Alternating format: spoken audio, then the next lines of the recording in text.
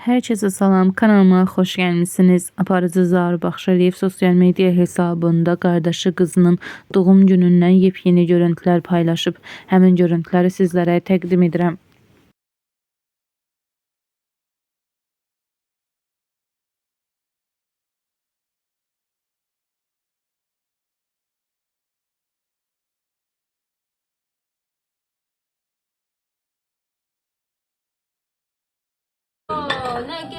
Happy birthday.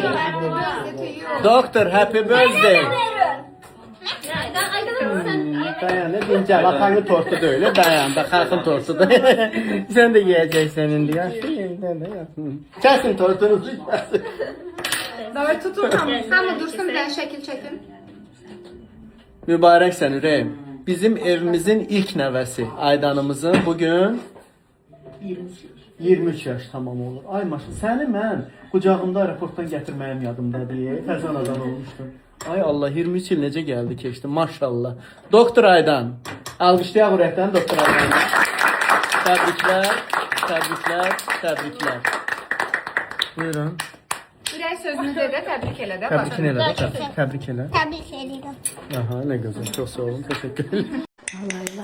Lay. Buyur əzizim, bu da kartın. Çok sağ ol.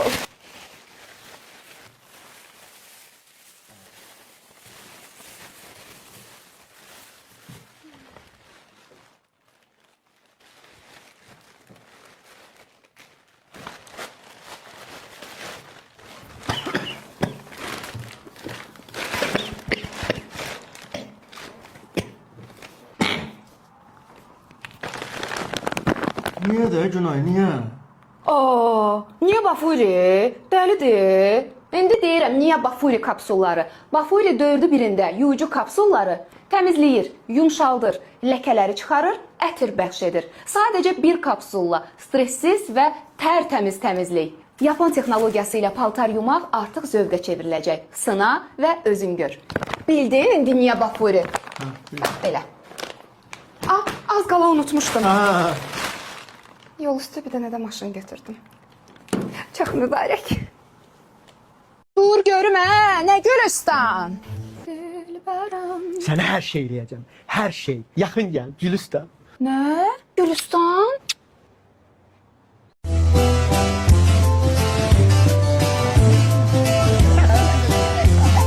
Dur görüm nə Gülistan.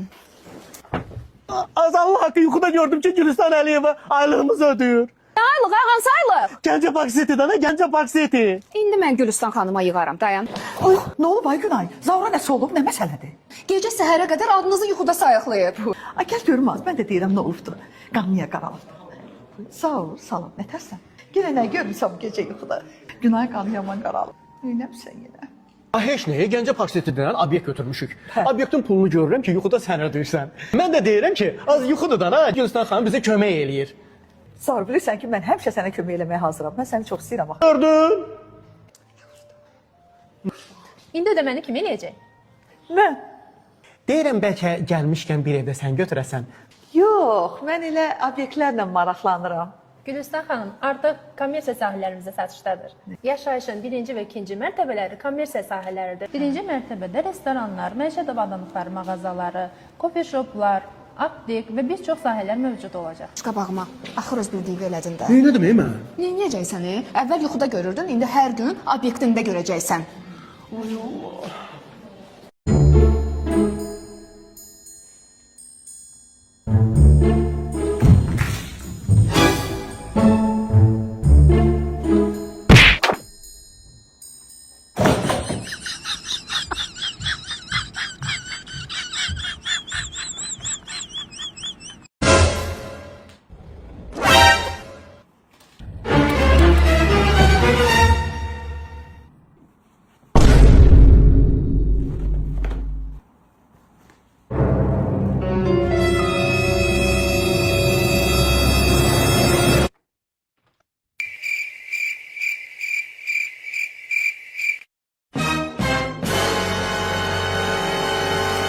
Bunun da cibinden çıktı. Ben de diyorum ki bu benim qədrimi bilir güya. Her gün paltarlarını çıkart yuyum. Paltarlarını çıkart yuyum. Benim paltarlarımı Bafur yiyor. Sen yok.